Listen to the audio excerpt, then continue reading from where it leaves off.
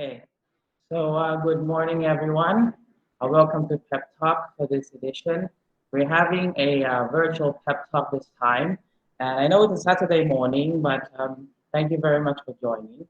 And just to give a brief introduction of the Pep Talk. So, as you know, we usually invite people from different disciplines, people from different fields, and talk to you to share their experiences, to share their life journey, their education, what they've been through, so that you would know you'll be exposed to a lot of perspective, you'll be exposed to a lot of people, and then it will help you to prepare for your future. Of course, there is no a perfect path to a success. There's no way perfect or a fixed formula to success.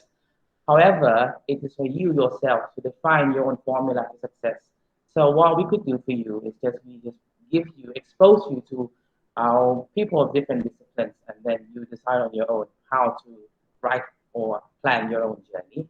So this morning we have Mr. Bank. His name is Bank Warong Wanwanachai Kiat. He is a Thai young expat, and he lives now in San Francisco. He lives now in uh, Silicon Valley, and he's working for San Francisco. He's working for Google headquartered in Silicon Valley. So before we go to Mr. Bank, I will introduce first the etiquette for our pep talk this morning. So during the discussion, uh, we'll ask everyone to mute your microphone and then also to turn off your camera. So that will give the floor for Mr. Bang of speaker. And then switch your monitor layout to sidebar. Switch your monitor to sidebar because you'll be able to see the speaker fully. And then so that while on the discussion, you'll be able to focus on the session. And then later on at the end, we'll have a Q&A portion, which will be moderated by the Q&A facilitator, Arwen.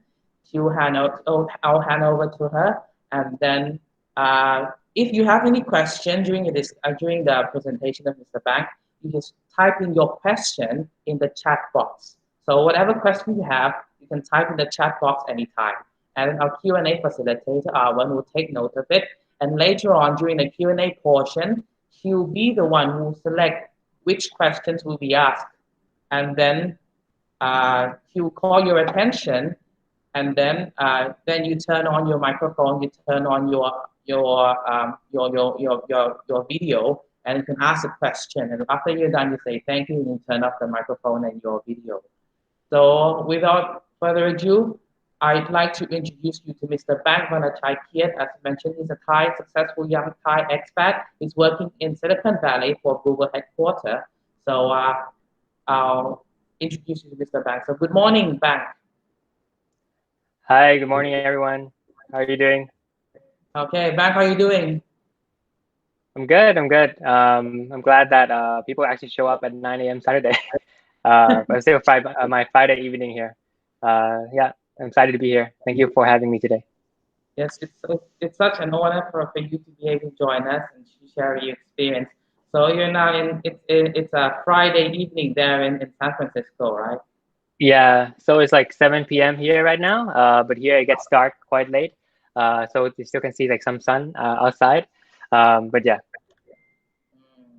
And I think it's towards summer there already, right? Yeah, it's like summer here, but like in San Francisco, it's quite different because the weather here is always cold.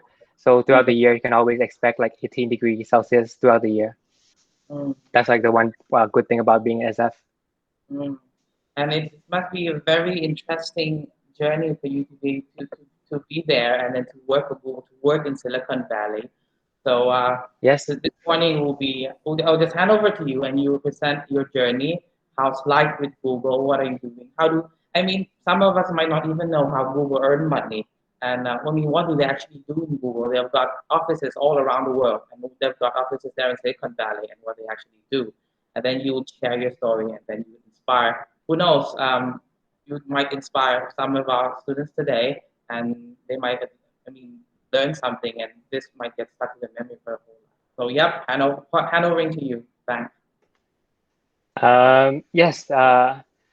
Thank you, JR, for the introduction. And also, I'm very excited to be here, as I mentioned, because I feel like one of the things I want to do more of for myself is as well as to really provide that kind of suggestion and advice for the younger generation to have what I would call for me a successful career path that will help you achieve your own dream in the future. Because I feel like this is something that I always wanted to do, and I am here today, and I'm here really because of some of the things that I acquire over the year, whether it's like some tips or knowledge or skills that I acquire, and I just want to be able to give you some quick um, ideas or some ways that you can learn quickly and maybe progress even further or faster than me than what I have been in did before. Just to check, can you see my screen? Just want to make sure. Okay. Um, so I'll just yeah. So as JL mentioned, I'm actually working for Google right now as a growth product marketing manager, and I've been here for about 3 months now in San Francisco, and so far, as you know, the lockdown happened. So ever since I got here, I haven't been to the office or anything yet. I've been working from home in the past 3 to 4 months now. It's been a quite interesting journey for me because it's a new country, it's a new type of working culture, and I'm sure for all of you here as well, studying from home must be different. Some might find it difficult, but yeah. So I'm glad we're here together today just to share this. So I think just to start, I think it would be right if I start with my company first of what Google, I'm sure what Google is, but actually if you dig deeper, you might wonder like, because they actually mentioned this to me that, oh, so how does Google make money? That's not something that is clear for everyone. So I'm quite surprised to still hear that, but I'm glad that um, they are asked so that I know there's something that some of you might be wondering. So I'm working for Google right now, and I think just to start, right, I think the best way to start is to show this video of how Google actually started, and it'll be quick, like 2 minutes. So I'll let you watch this video. So let's go into the office. Can you hear the So sound? this is our garage. Yep. Basically, nobody's in here. Hi. Hi. I mean, we were all a bunch of kids. We were, we were all somewhat idealistic in our own way. I did not inhale. We wanted to do things that made a difference in the world and that, that mattered, right? That were interesting and hard. We didn't start out as a conventional company, and we never followed a normal path.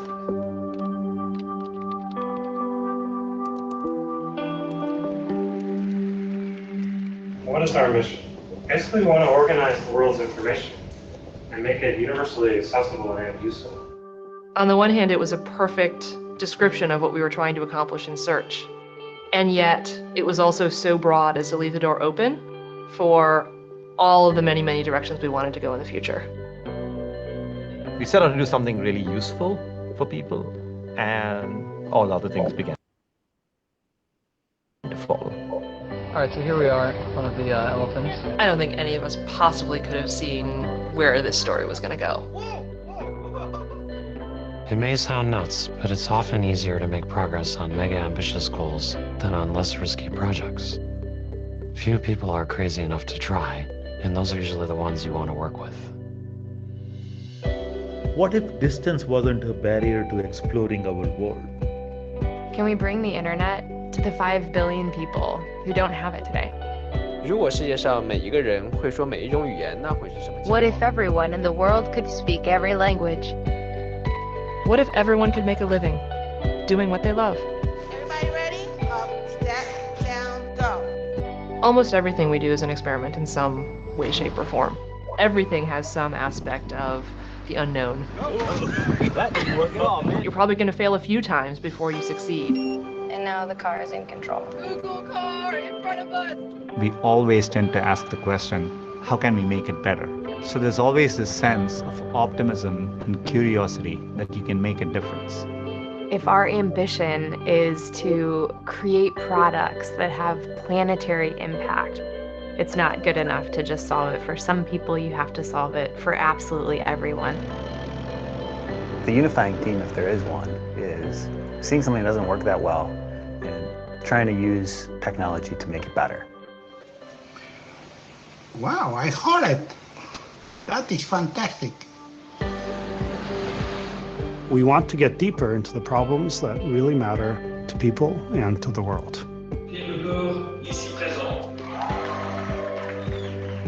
Just because we've been successful in the past doesn't mean we're preordained to succeed in the future.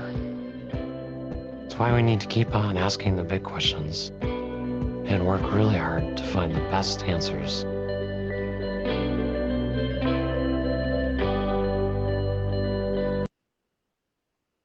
Yes, so that was the video of how Google started. And I want to show you that video because I want you to see how actually two people can create such a big business, or one of the biggest business in the world that has ever seen. And as you saw in the video, Google actually started with one mission, which is to organize the world information and make it universally accessible and useful.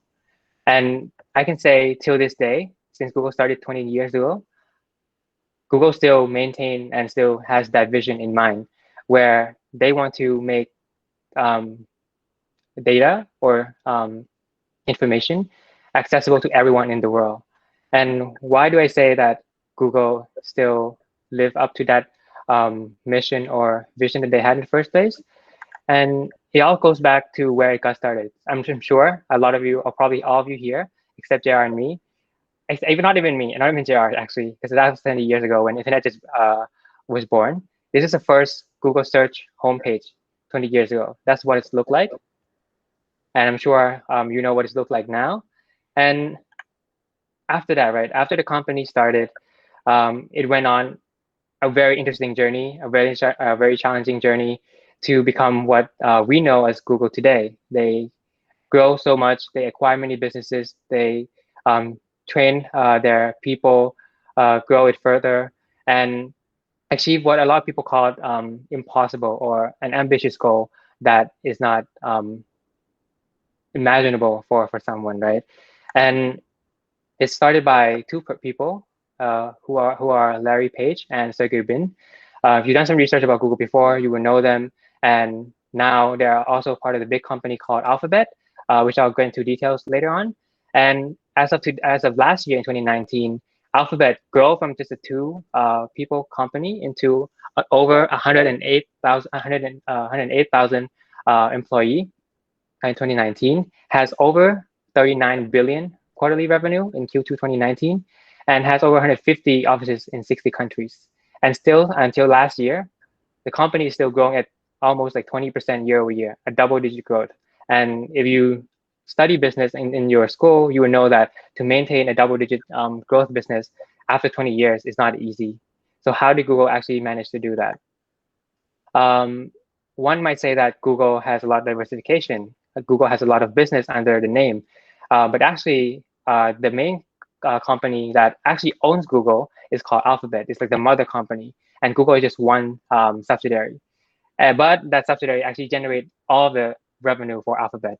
And the reason why Google has so many businesses under them is because if you remember the video that you saw just now, if you think that you are successful right now and think that you'll be successful again in the future, you're wrong.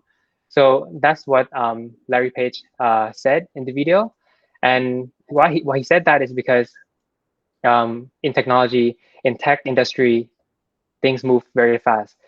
From today, you are the leader of the market in the industry, but tomorrow you might be the last person in the race. So in a way, Alphabet is trying to diversify their business into different industry, different vertical as much as they can. So just to name a few, so I'm pretty sure you know Google, and I'll get into detail about Google later on. But just to name a few of the company under Alphabet, for example, this one, company X, it's just X basically. What X does is X works on ambitious project, or what Google people call moonshot project, where they want to achieve something that is almost impossible, and they find a technology that can help scale and solve the solution at a level that is unimaginable. So for example, this is one example where I say that Google still lives to this day to organize the world information and make it universally accessible and universally useful and accessible. Where this is a balloon, right, called Project Loon, that under the balloon is a powerful Wi-Fi, I would say a Wi-Fi hotspot that fly over a region or a part of the world that has no internet connection. So part of the reason why Google do this is because we know that not everyone is privileged enough to have internet. In Bangkok, anywhere you go, you have 4G. Somewhere in Africa, not everyone has even have a phone or even have internet connection. So that's the reason why Google wants to help tackle this problem of how can we make internet accessible to everyone. The second one is Nest. It's also another business of Google where we want to be part of the home device or smart home system for people, where this one is like a kind of like thermostat that measure the temperature of your house and adjust the temperature based on your preference. Or when you leave home, they know that the device knows that you're not at home and turns the AC or turn the heater off when you're not in the house.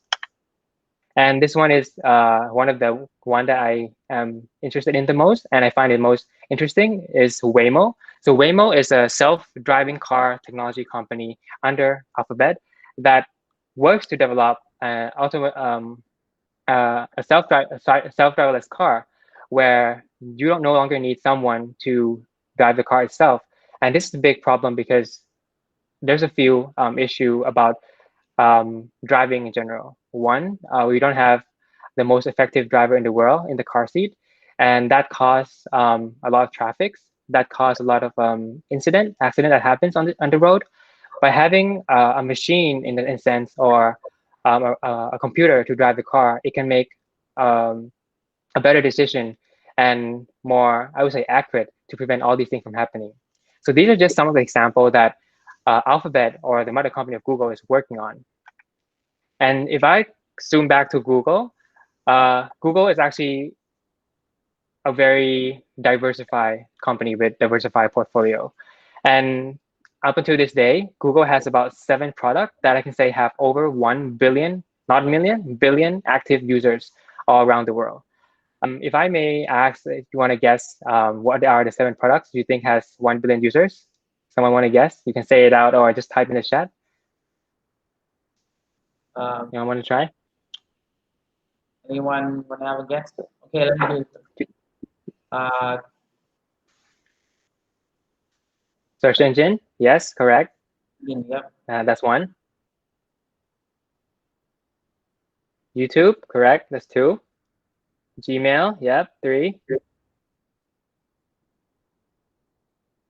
What else do you use every day?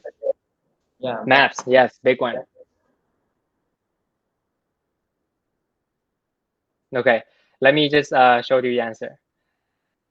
So as you mentioned, search, YouTube, Chrome is a big one. Probably some of you are using now, Gmail, Android, for you that have phone, Play Store, and Maps. So these are the 7 products that has over 1 billion active users all around the world. And that's a lot, right? So Google is actually part of your life in every way. And since the company started in 1998, Google has started to grow their business into different products, different services to help people live and organize the world's information since then. And if you may guess, or you're wondering, where do you think, or how do you think Google makes money? Where do you think the revenue comes from? Anyone want to guess? AdWords, correct, advertising. So it comes from the ad business. And anyone want to guess another one, which is how much of the revenue comes from advertising? What is the percentage?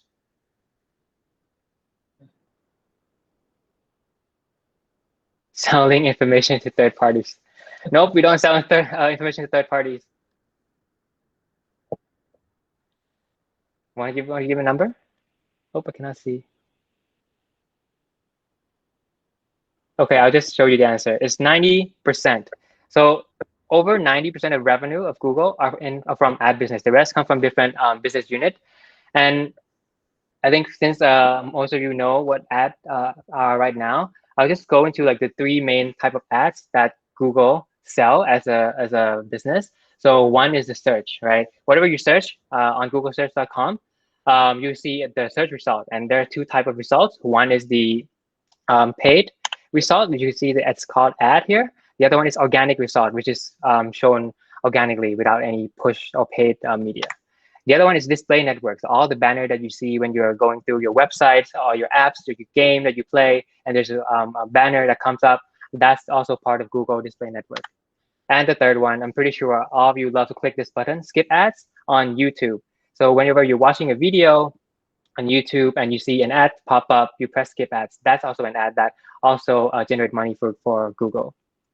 So these are the three products or three service that Google offer to our clients, which are advertiser or businesses that wants to grow online. And these are digital marketing tools that helps the users to grow. So that was Google. How about me? What do I do at Google? So if I were to explain it very easily, right? So actually my position is called Growth Product Marketing Manager. So I work in the marketing department of Google in San Francisco, in Mountain View or Silicon Valley. That might be familiar for more of you. So my work deals directly with this page, the Google homepage, the actual first page of Google, and not just in America or in Thailand or in Asia, but all around the world. So my role is a global role that helps look after this page. And what do I do? What can I do with this page? It's like a white page. There's nothing. It's a white background. What can I do with it, right? So actually, some of you might be familiar or might have seen some of this line under the Google search bar before. This line in the search bar is called a promo or a homepage, because it's Google homepage, Google homepage promo. And my role and my team works on raising awareness or driving user engagement through the homepage. For example, the recent one that we worked on was about the racial injustice of what happened to George Floyd in the Black community in the US, where he was treated poorly by the police, and it was considered as a racism here and all around the world. And so we wanted to raise awareness of this issue to make sure that people are aware of this and know that this is something that is not the right thing to do. And so we use the homepage to raise awareness and pay respect to the Black community. Same goes for other product or other things that we want to raise awareness for. We can actually use the homepage to raise awareness to, for example, the recent one I did as well is Google Meet. Google actually announced that Google Meet is free until September. And we use the homepage as a promotion channel to reach out to the users who are actively coming to this page to search for something. And they see this line, right? And so they are aware of the different resources or the different message that we want to convey to the users. And not just the line underneath, but also we can also create what I call a notification or a call out at the top right of your screen when you go to google.com to let the user aware of the new features or the new product that Google has to offer. Some of you might have seen this and probably click yes or just click close it or those kind of things. But this is something that I work with to make sure that we have the right content there, the right messaging, the right format, or the right experience for the users. So I work as a central team within Google to help coordinate with different products like Google Chrome, Google Meet, Google Calendar, Gmail. All these product teams will work with my team to launch these type of promo on the Google homepage. Is that clear? I hope that's somewhat clear to most of you. And on top of that, right, I also work on the in-app promo as well. So if you're using your Gmail, your Google Maps right now and then you probably see like a pop-up on your screen that say, hey, do you like Google Maps? Are you enjoying Google Maps? Rate the app now. You've probably seen that, like give us 5 stars, or you want to try a new feature, you press yes, those kind of things.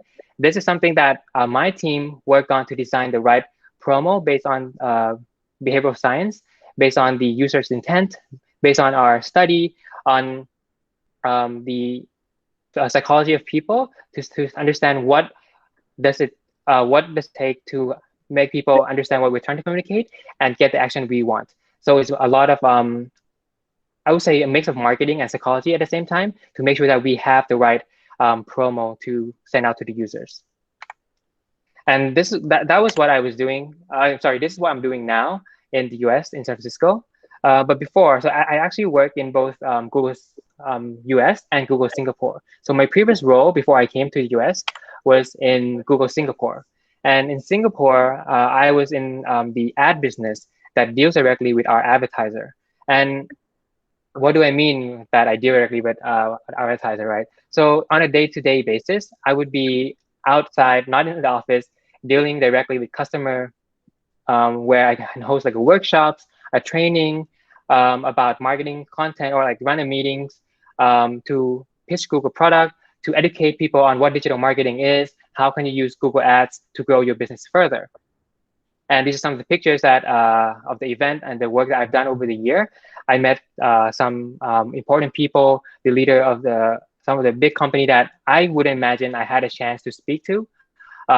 Through this job, I had the chance to meet and build my network from this job, because a lot of business, as you know, work with Google to grow that business further through the online tools that we have, like the Google Ad Business and other tools that we have. And just to give you kind of like a big picture of how I actually got here, right? I just want to tell you like kind of like a short story about my experience, how I got started, and how I ended up being here where I am today. It's still, I would say this is the end of the journey. It's still going to be a long journey for me ahead. But for me, there was one of my goal to be working in the US and working for a tech company like Google. And that was the goal that I set for myself long time ago. And this is like a journey of how I got here today. So I wanted to kind of separate how my life or my experience so far into 3 phases. One is foundation, explore, and hustle. So to begin, is the foundation phase, right? Sorry, JR, I have like around 10 minutes left, right? Around that. Just want to check, be mindful of time. It's okay. You can go at your own Okay. pace. Yeah. So I'll try to hurry as much as possible because I know we have a Q&A after this. But so I started my high school year or education in an international school like you guys here in a school called ISB. And it's an American system school that has all the subject, all the program that I want to study. But as a kid, I was I would say I was a high interest individual in science, and I always choose something that deals with science or math first because I feel that was my core strength. And as you can see, I took like all the advanced chemistry classes, advanced biology classes, advanced math classes, and I wanted to be a scientist. As a young kid, I wanted to grow up to be a food scientist. I wanted to be even consider thinking become a doctor, all these things. But as you can see, I'm not a doctor or a scientist. And I'll show you how actually my journey progressed after that. But what I want to show you of each of the position or each of the stage in life of what I got at each of the stage that I went through, right? So when I was studying at ISB, I think one of the good thing about international school in general, like TSIS as well, is that I think international school in general will give you a bigger perspective and teach you the core value of what you want to do in life in general. At least for me, I feel that studying in international school gave me the different value and the different life view that helps me think and motivate myself further to go further in my life. And that's something I value a lot when I actually look back to what I got from my school. And also being in international school, we actually get involved with different people from all around the world. You have your friends with people from another country, from another race, who speak different language than you. But again, you're united because you're in this same school, same generation, going to the same class and all these things. And you became friends, and you kind of have this global network around you that will help you in the future. So that's like one of the things that I really value about going to international school when I was young. And later on, I still think that I wanted to pursue science. I wanted to be a scientist, as I said, right? So I went to Chulalongkorn University in an international program studying applied chemistry. And at Chular, I think one of the thing that I got from there was really to sharpen and be and excel at my logical thinking and analytical thinking skill. Because as you see, right? Because ISB, I was studying at all the science and math classes, and here I'm also studying science classes as well. And it actually helped me build and strengthen the muscle of like, analytical skills and logical thinking skill even further. And when I was trying to find a job, right, there's a lot of options that I was considering in the science field. All the popular like company like SCG, PTT, like Palatal, right? I forgot the full name. All these things were the places I want to be. But when I actually went out to the real world and tried to find a job that I wanted to do, right? But when I talked to different company, none of them that actually resonate to what I really feel like I can actually be in, or like I can work in this environment until I met a company called Torresit, which I would say no one would know what Torresit is. So Torresit is actually a Spanish company that works in the raw material of creating the ceramic tiles, like wall tiles or floor tiles in your house or in the factory. And I was like the technical service guy, or like this, I would say the sales guy that sells like these raw materials. And when I say raw material, it's like the clay, um, silica, sand, all these things, right? I was selling raw materials, you see? And that has nothing to do with what I'm doing today. I was the sales of like the raw materials. But what I got from Torresit is that by working at a European company or Spanish company, they have different work ethics. How they work, how they think is actually different than a Thai company or a Thai culture overall. And that's also one of the reasons why I chose to work at Torresit at that time, when it was not one of the biggest company or not one of the most well-known company in Thailand. But I worked there for about 9 months, right? And it kind of hit me that maybe this is not the right role for me. This is not the right job for me. I'm being put into a position where I'm actually maintaining a process. I'm maintaining the current things that everyone has been doing for a long period of time. And I did not enjoy that.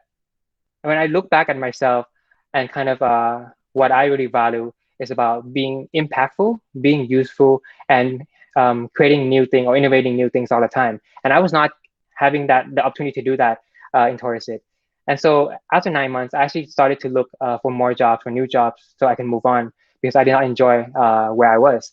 And when I open up to the market again to find a job I want to do, right, in the science field, of course, I did not see a role or a job that I want to do because I think one of the things in science in Thailand, a lot of the things that are out there is about QCing and QAing jobs in the laboratory or even sales job in like in the field, like selling chemicals, all these kind of things.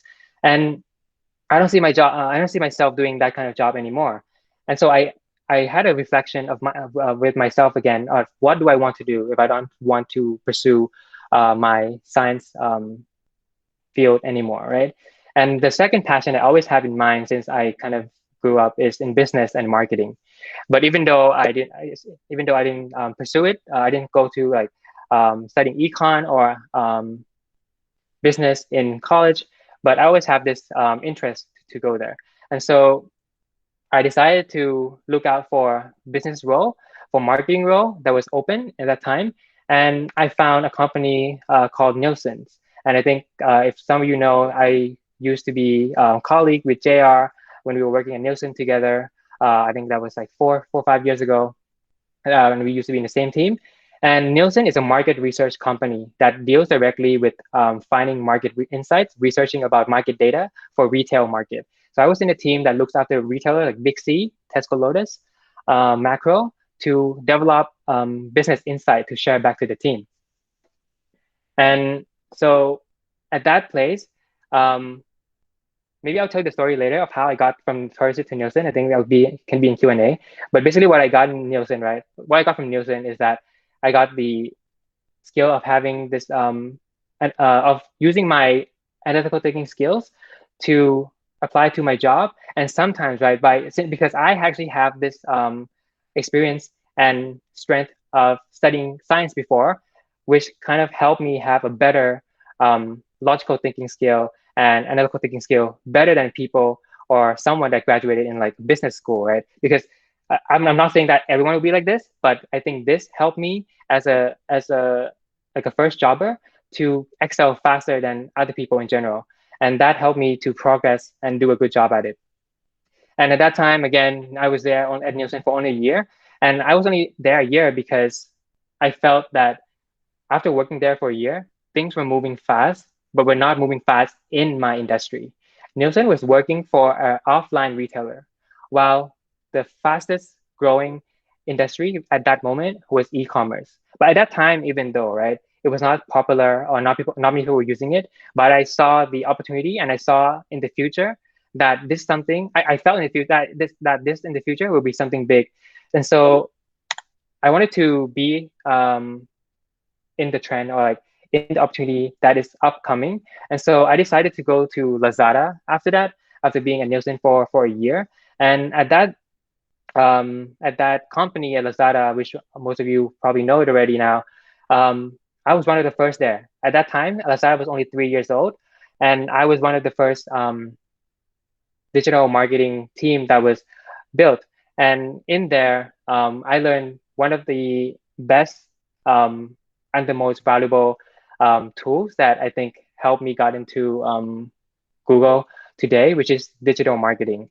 And that is where I developed my digital marketing knowledge, my skill set in e-commerce, and actually the concept of having a career path or building a career path mindset, right? And developing the right attitude to work with people that are ambitious and has growth mindset. And that's something I will tell you a bit later on. But Lazada is actually where I felt I found what I wanted to do, and I found my passion of my kind of like I would say like my business passion overall that I want to pursue for my career. And that's where you can see the second phase is what I call an exploration phase, because I did not know what I wanted to do in life until like I finished like Nielsen. I mean, I moved from Nielsen to Lazada. And in a way, like the key takeaway here is that you probably started out not knowing what you want to do, but after exploring a few options, trying a few things, fail a few times, you will actually shape yourself or like shape your thoughts to find the right thing for you. And that's how I kind of shape my view and my perspective to find the right thing for myself. And after I found the right thing I want to do, right, the next thing for me was to hustle. So what I mean by hustle is meaning like work as hard as you can, be focused as much as you can to go to accelerate toward your goal, right? And at Google Singapore, so I actually moved from Thailand to Singapore for Google, and I was in the sales team in Google that works directly with the advertiser of Google, right?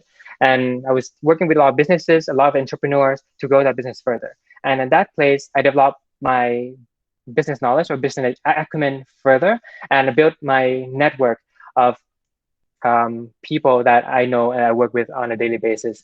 And the key takeaway that I also kind of got from Google Singapore is that it's so important to have your personal brand within a company, that people know what you're doing and what values you bring to the company. And also by having a chance to work in Singapore, that helps give me the international exposure within the region. So what I mean by international exposure is that when you work abroad, right, people will see that you have this value of seeing the world at a bigger perspective. And they value that type of perspective because it can help grow their business or grow their whatever that you're working on, like projects or things that you work on further through the different mindset that you have and acquire over the year. And in the meantime, as a part-time student, I also did my master degree in innovation at SMU. And then I landed a job in Google US. So I know it's a bit brief because I think I'm hurrying up a bit. I'm running out of time. But throughout this journey, I really worked hard for my goal. I set up my goal early in the years that I want to be somewhere different than what I am now. I wanted to land the job outside Singapore, outside Asia, that that probably at that time back in Torres Strait or back in Chulalongkorn, I couldn't even dream of at that time, right? So that's like one of the things I want to show you here. And so today, now coming into the main agenda of my presentation is I want to be able to advise you how to build a successful career path, right? Because I think that's something that is very important in your future working life, that you have to know what is your path, your personal career path. And not only the career path, but I also want to inspire you to become a global citizen with a global mindset. And what I mean by global citizen and global mindset is having that open-minded attitude and endure, accept differences. That will, I would say, like accept differences and being open-minded. That can help you grow further in your career. And not only just you yourself, but you can help grow the people besides you, grow your society, your community around you as well. And I think it's something that I feel is the most important thing throughout my career, that being open-minded will get you far and will help you find new opportunity for your life in the future.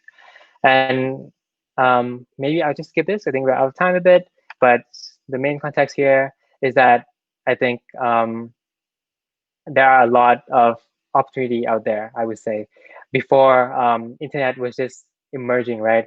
And you would think that, oh, it's just internet. Maybe I'll just use to browse like browse new video, browse new content. But actually, internet helped disrupt the world and help shape the world by disrupting all the industry around you. So for the past 10 years, a few industry that I saw that had one of the biggest disruption over the years are like hospitality. If you know Airbnb, they're one of the biggest hotel chain in the world without owning any hotels or real estate under their name.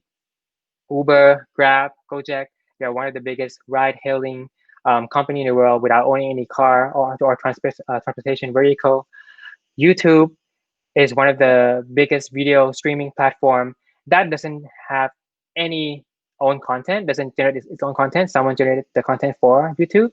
And that's where I feel there's a lot of opportunity, and it's just a matter of, are you ready to find an opportunity, and do you have that open-mindedness to see what is out there, to observe what is out there in the world. And it's not just about Thailand in general, it's about different country, different regions around the world, because we're not a citizen of just Thailand. We're actually a citizen of the world. And if we go out abroad, we go out to different places, we'll see that there are different needs, different opportunity out there that internet or technology can help solve the problem. And that's where, so this is supposed to be a picture of Silicon Valley, where it's like the hubs of all the new innovation and new technology of the world. And here I'm in San Francisco right now. What I see is a lot of opportunity that I can take back to my country in Thailand and innovate and develop something that would help my community further. Because when you're always in Thailand, one of the perspective, or one of the things that tends to get to me, is that I'm happy where I am. The opportunity around me is not that much, and what can I do to improve it? There's not much thing. But after coming here, right, it actually tells me that there are so many things here that are not in Thailand, and there's something that at least I can take back to develop something that is probably similar or even much better or newer than this back in Thailand. And so here is something that I feel you can take back to your kind of like into your experience in the future, to always have this open-mindedness in your life and open up to new things in the future. And some of the key trend that I feel is coming after being here for like 3 to 4 months. These are like some of the industry that I feel would be like the industry that get disrupted by technology again, like healthcare, fintech, automotive. So I'll just deep down to one of them. It's like automotive. I think some of you might know Tesla. It's like an electric car company. And now I would say it's like the next 5 to 10 years, it will be the time that the automotive industry will be heavily disrupted by electrical car company, because gasoline is no longer the best vehicle for transportation anymore, right? I'll just skip this video. But what the video will talk about was there's just many opportunity around, in the world, right? And that if you are happy with what you are, you are 20 in 2020 right now, and technology actually makes our world move faster. Things that you probably are doing now will be obsolete within the next 2 years or 5 years. Some way, somehow, people will find a way to automate your job, will find a way to replace you. I'm not saying this to make it stressful or make you worry, but it's important that if you want to stay ahead and be valuable to your community, to your company all the time, is to still have that open-mindedness to accept changes, to accept new ideas, right? And in a way, it will lead you to success. But it's not a straight line where you can just take a walk in a straight line and you get from where you started to a success. But what life teaches me is that success is like a zigzag line. You actually have to, sometimes you have to take 2 steps back to move 1 step forward, or even move left or move right at a time, right? Because these obstacles, these challenges will help change how you think, how you act, and how you behave in your career. And I think this is supposed to say that I've done so many things that is out of way from where I am now. Before I got here, I was actually trying to be a pilot. I was trying to be a flight attendant. I actually used to work at Auntie Anne. I know you know Auntie Anne, like the pretzel. I used to make pretzels at Auntie Anne because I was interested in it. And I just keep exploring to find what I want to do, what interests me, to find my goals, to find what I'm passionate at. And that's lead me to find what I want to do at Google and with the technology, with the tech industry. And I think along the way, right, whatever you're doing in the future, whether you're starting a new job in the future, keep exploring and keep looking out for a new opportunity. Because if you're kind of stuck in your own place and happy with where you are all the time, you'll be kind of comfortable in where you are and probably not open up to new things. And while you're doing what you're doing, right, keep finding your key strength. Try to know what you're good at, and know if you're good at it's valuable to others, to other companies, to other people, because that will help get you to the next level.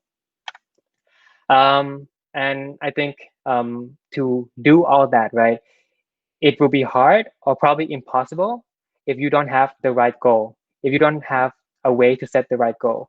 And for me, I'm always setting and revisiting my goal all the time to make sure that I am still aligned to what I want to do in life, to what I want to achieve in the next 5 to 10 years. So how I set my goals, I break it down into 3 things.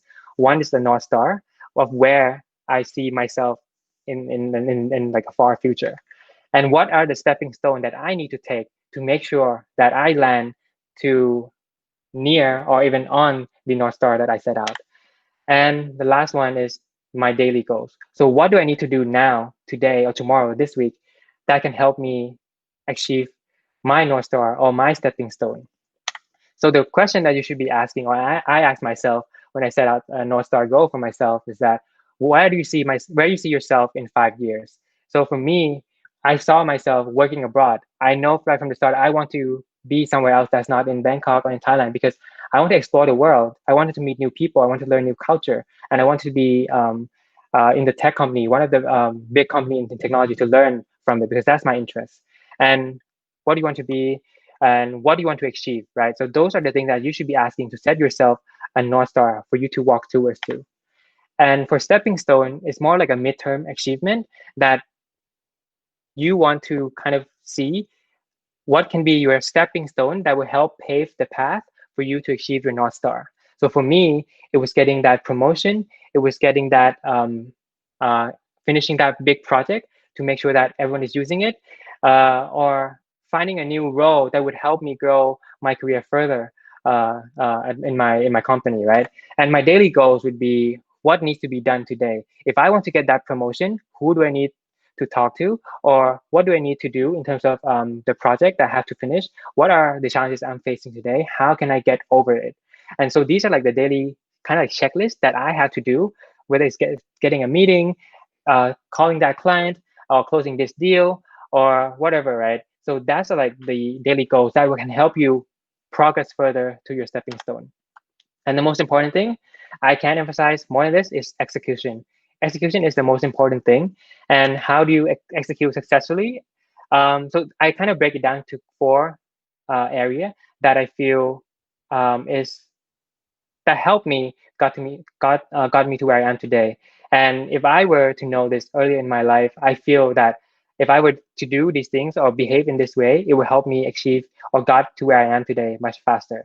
So these four things are like my attitude, habits, building your brand, and building your achievements, right? So I'll go quickly through this. I think I can answer some of the Q&A after this. So attitude is you should be open-minded in whatever you do, accept new ideas, say yes and not no but. So be a yes man, not a no man. Okay. And be proactive. Whatever you do, try to go above and beyond.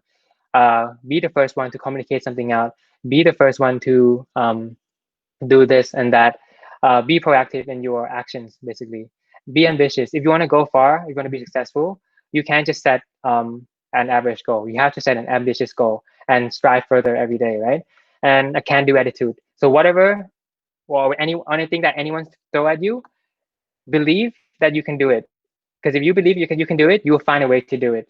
And that's also one of the attitude that I kind of live by every day. That everything you can do, and if you can't do it, you can try to find a way around it to make sure you kind of somewhat get it or achieve it, right?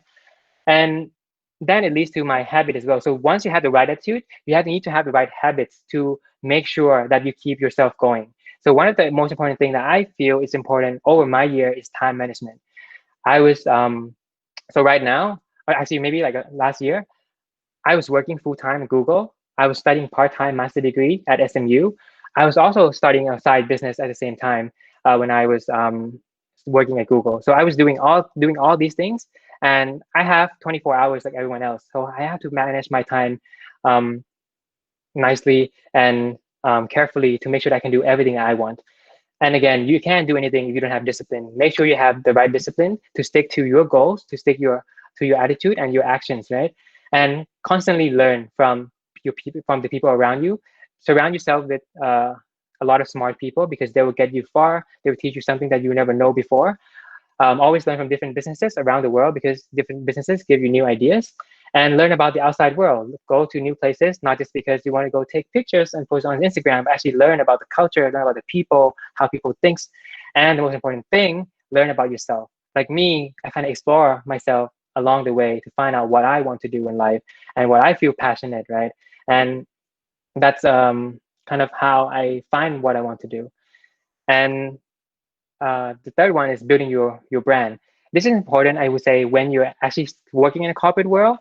So for some of you for some of you here, if you have a career in a corporate or a corporate job in the future, building your brand is the most important because you need to be known for something. If you're in the company and you're known for something, people will come to you for certain things, for certain questions, and that will give you a good reputation in the company, and it will help shape you to become an outperformer or a high performer in the company.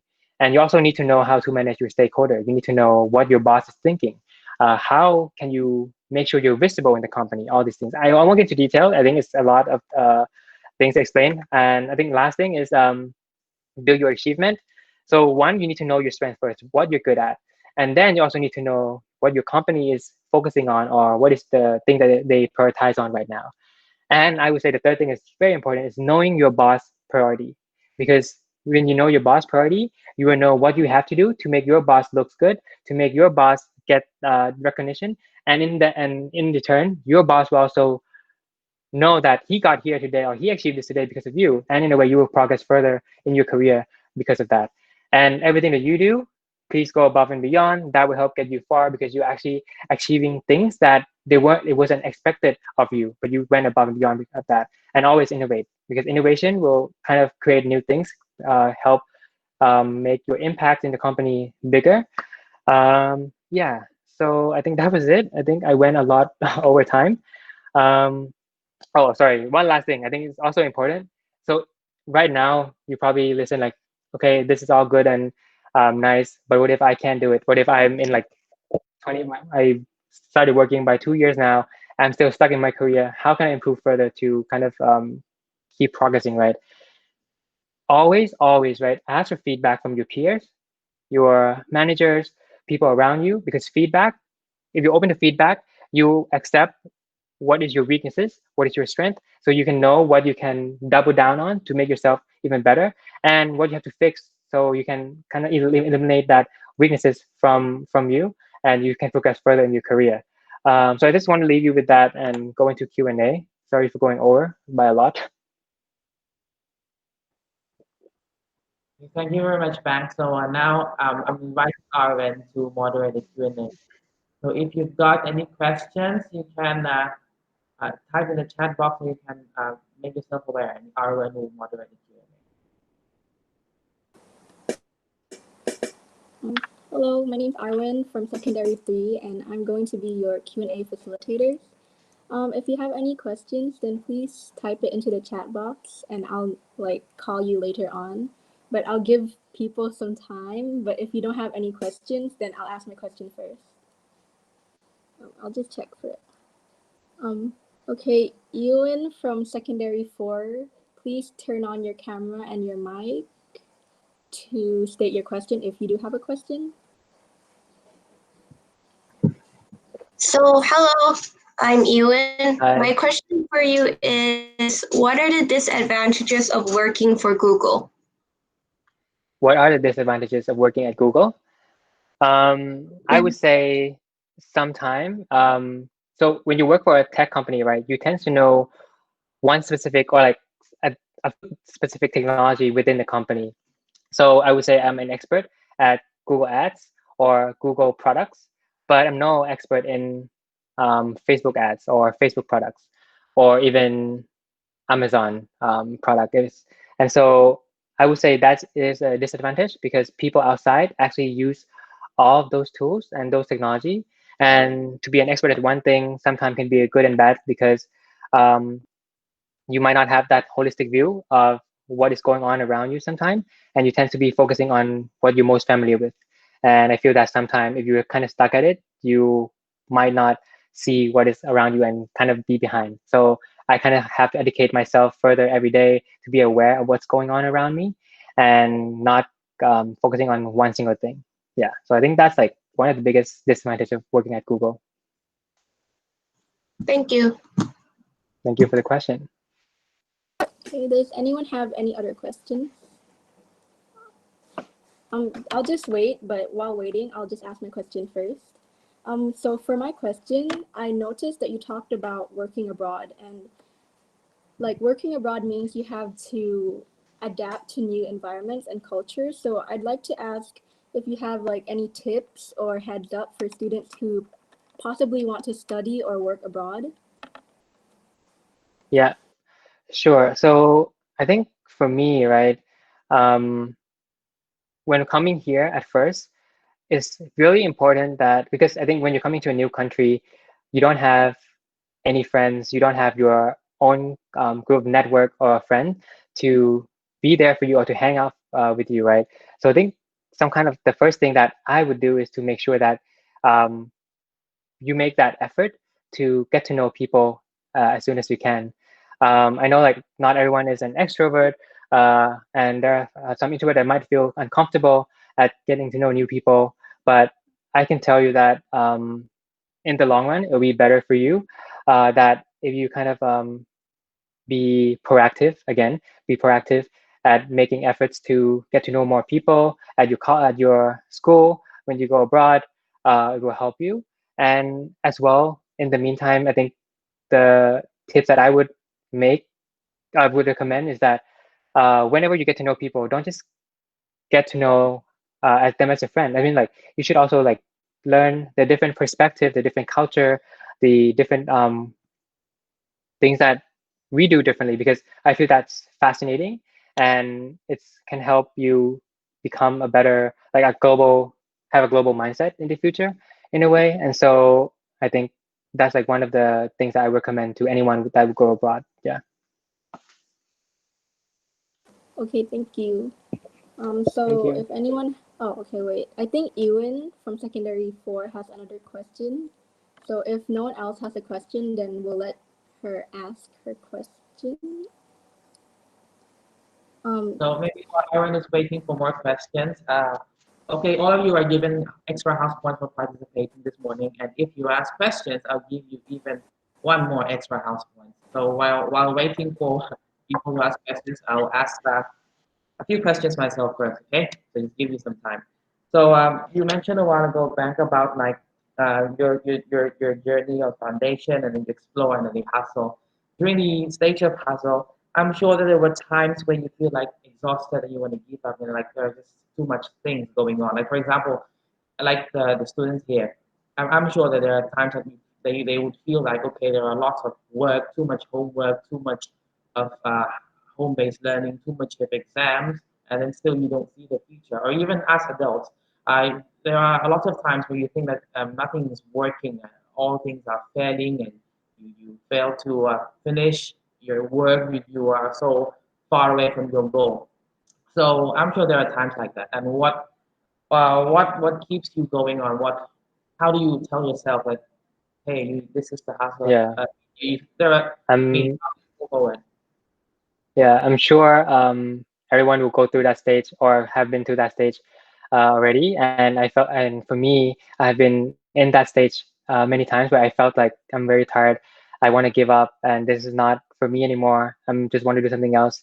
But when that happens, I need to encourage myself and need to just kind of tap myself on the back that this is actually you've been doing a lot and you've came far. How I do that, right? So I think whenever that you feel you're down or you're um, tired, I want to give up, stop whatever you're doing and look back on what you achieved so far. Think back to where you started and really see what you've learned over the years, over the journey. Because I feel like things that you do is not about what is happening in the future only, but it's actually what you've learned in the past.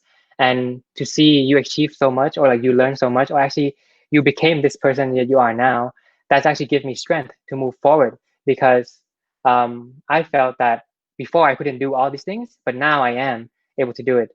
And that just encourages me to do more, because if I give up now, I won't be the person I want to be in the future. So kind of give yourself that credit that you already done good, but probably there's a bit more to go for you to do further, and that will give you more energy to kind of come back, revisit yourself again, and give you that strength to move forward again. So whenever you're down, I always do that and encourage myself that, hey, it's okay to be tired. It's okay to be down this moment, but don't just give up yet, because you can actually achieve more than what you think. And you actually prove yourself wrong already, because by being here right now. I hope that's clear. Yeah. Thank you so much. Arwen, do you have? I mean, heading back to you. If there are more questions, Arwen. Since other people didn't state that they have a question, then we'll go back to Ewan, who have another question. So please turn on your camera and mic. I'm interested. How do you get an internship in Google? Oh, it wasn't an internship. It's actually a full-time job. Sorry if that wasn't clear. How can one get an internship on Google? Oh, how can one get an internship? So there's two type of internship. One is the bachelor degree. Actually, bachelor. Oh, I forgot the full name. So it's like actually like someone who graduated from a bachelor degree, and the other one is a master internship. So I think just for internships physically and into details, you need to have a degree from, I would say, mostly a college in the US. I feel like from what I've seen in the past, people who study in the US tends to get a better opportunity to get an intern in the US, in Google US, because all the interns job that I know are mostly in the US. And so people here will tend to go for the US company first. But there are some examples that I've seen of people who were in Asia and got an intern from studying in an Asian school or Asian college. And I think one of the key things really is about I don't know if you know this term, cognitive ability. Cognitive ability is about having that skill set of being able to analyze big problem and break it down and able to recommend a solution to the problem. And so one of the things that you can do right now as a student, right, to make sure you get ready for that is to really learn about critical thinking skill and problem solving skills in general, so that whenever you're thrown like when someone's thrown a big problem at you, you have a way to analyze the problem and break it down into small problem and and have the ability to recommend some solution back to the interviewer or the company. I think that's like the key aspect that Google looks at anyone that wants to apply for a job at Google or an internship at Google, because at Google or a tech company in general, there are a million problems that no one has ever seen before. We're trying to solve a problem that no one have ever done. And so to be able to solve that, you need to have a good problem solving skills and be able to approach a problem in a way that you find it easy as a start. And then you will big problem and be able to break it down as a small problem. You know what I mean? So that's like the way, or like the test that you'll be tested when you are interviewed or you are tested for an intern at Google. Yeah.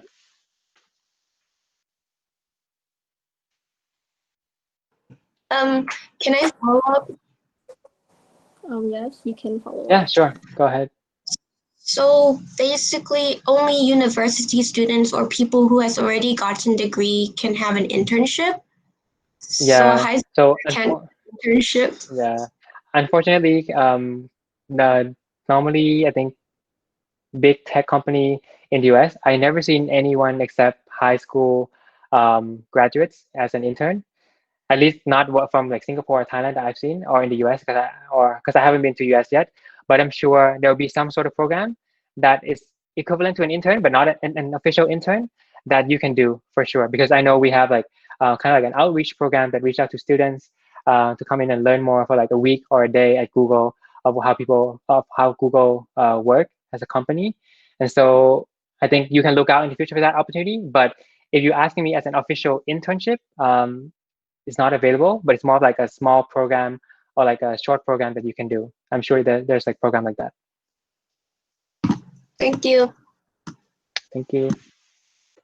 Okay, teacher Amai has a question, but she told me she doesn't have a mic, so I have to ask for her.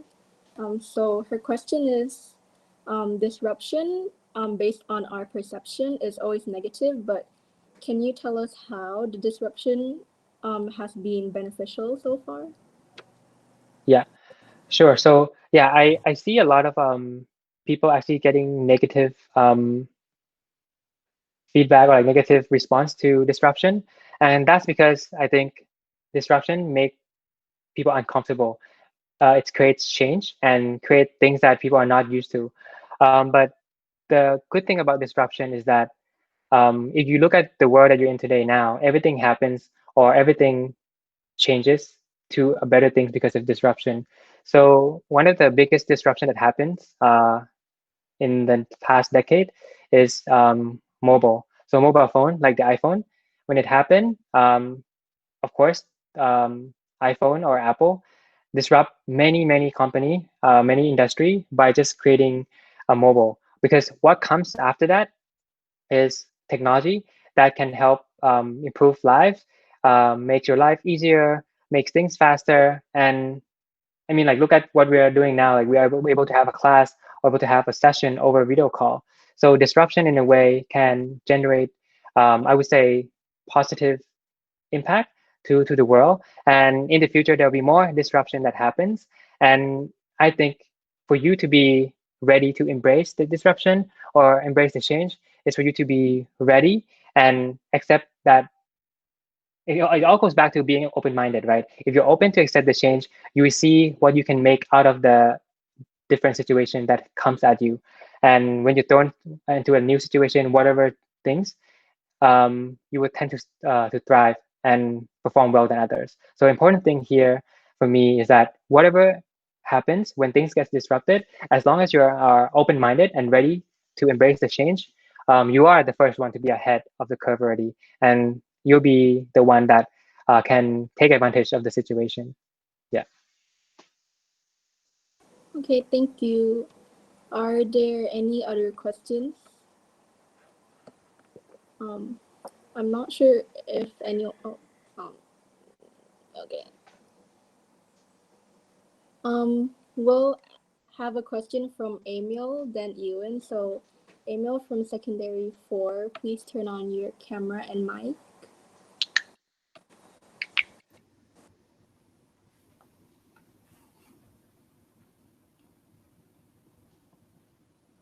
Hello? Okay, hold on. Hi, Emil.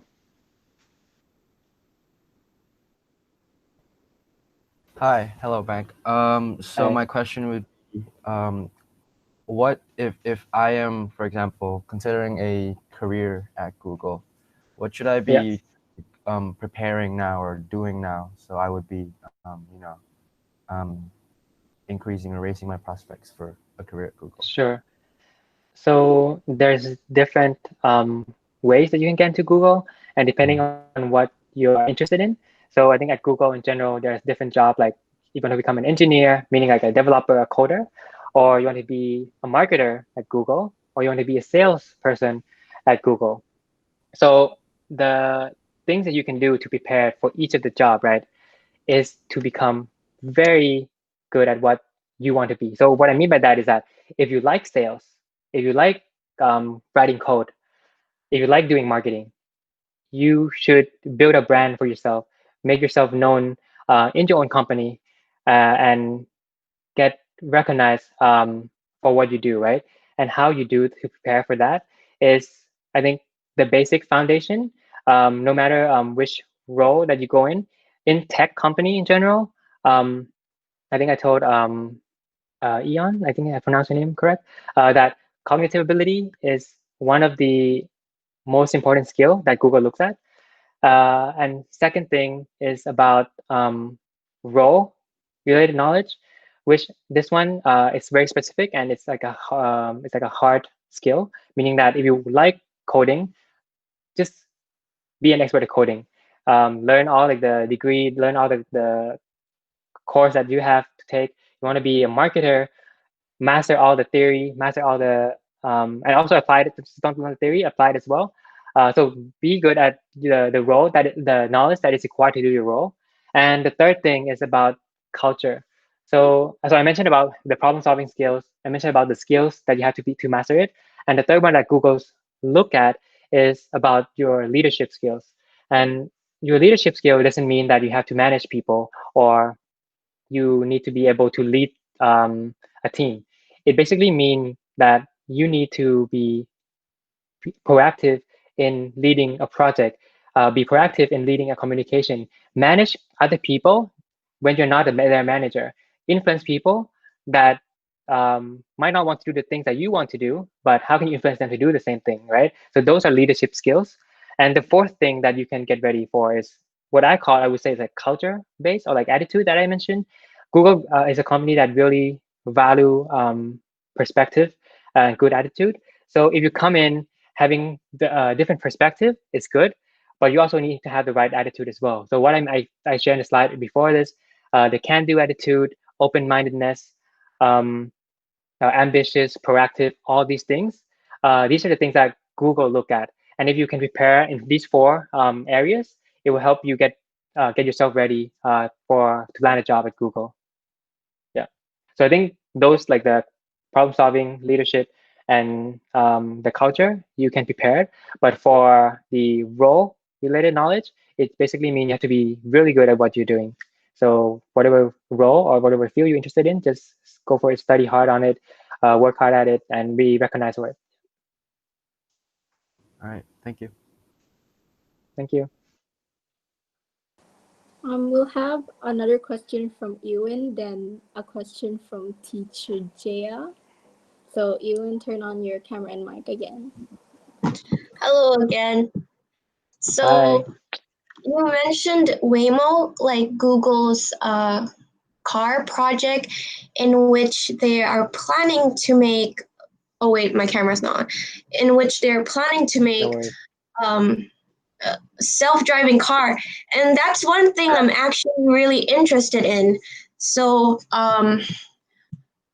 a lot of people kind of have misconceptions about autonomous cars because they feel like it might be dangerous. What are some of your arguments to counter that? I mean, everything, I would say, like, when you look at cars in general, right, it's a dangerous vehicle, and you actually need someone or something that is responsible enough to control it. And so my opinion against seeing autonomous car as dangerous or scary is that I also feel that people or driver in general is also scary at the same time. Having careless people, responsible people on the road is the most dangerous thing that you can have in the society. And so to prevent these things from happening, right? That's where Waymo come in to help solve this problem. So I feel that autonomous car probably it's not going to be for everyone, but at least it's going to help solve some of the issues that we have today. That you see that drunk people driving the car, or people who are, I would say, and it's not like efficient driver that are causing all this traffic jam or things that are happening on the road right now. It can be solved by Waymo. And when you look at that point of view or perspective, right, technology in self or like autonomous car is not that scary anymore. It's actually helping lives and saving lives in a sense. Yeah. Thank you. Okay, then I'm going to have the last question from Teacher Jia because I'm going to assume that no one else has any questions. So Teacher Jia's question is the current school content in high school aligned with what industries need now? Yes, so I'm just going to assume that the industry, meaning tech industry. So I would say that there's no right course to take for tech industry. I would say tech in general is, so tech is really about the future, right? I would say. And to shape the future, you need to have the right skills and the right knowledge to do it. Sorry, not right. Different knowledge and different skill to do it. And so I'm working with people from everywhere, and they study different things. For me, I study chemistry science. My colleague actually studied language, like she studied English as a major. My other colleague back in Thailand, she studied neuroscience. So you can see no one's actually studied computer science, no one studied engineering, but everyone is working at a tech firm. So I would say that all the school content or curriculum right now is good to help meet the need of the industry, of tech industry overall, but it's more of how you can adapt those knowledge, how can you adapt those skills to do that work to meet to generate like the new technology for the future. And that's where you can't really do it alone, but you need to work with a team that has different skill set and different knowledge to create that. And so in a way, school has all the classes and content that the industry need, but it's more like how can we also teach the students as well on how to adapt those content in their life. Like for me, I didn't learn chemistry and use the chemical elements in my daily life, but it's the logic in learning science or learning chemistry overall, or how you think about science overall, that helps me have this logical thinking that A leads to B leads to C, or my analytical thinking skills when I do my lab work and all these things that help me evaluate all the data that I see on my work and do it effectively.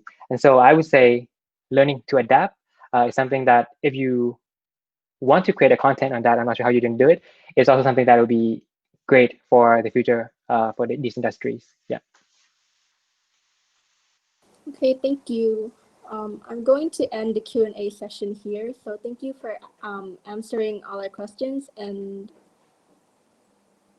what? Yep. Sorry. Thank you so much for facilitating as Okay, well. and I'll be passing the floor to Teacher JR again. Thank you very much, Alvin. And once again, thank you, Bank, for sharing your insights, your experience. I'm sure that the kids have learned a lot from you today.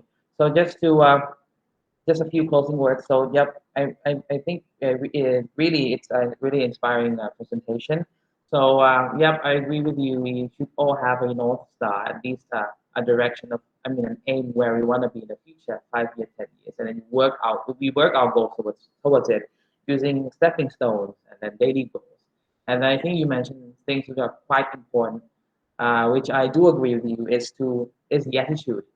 If you have the right attitude, then it will be able to lead you through all these daily goals, these stepping stones, and towards your North Star.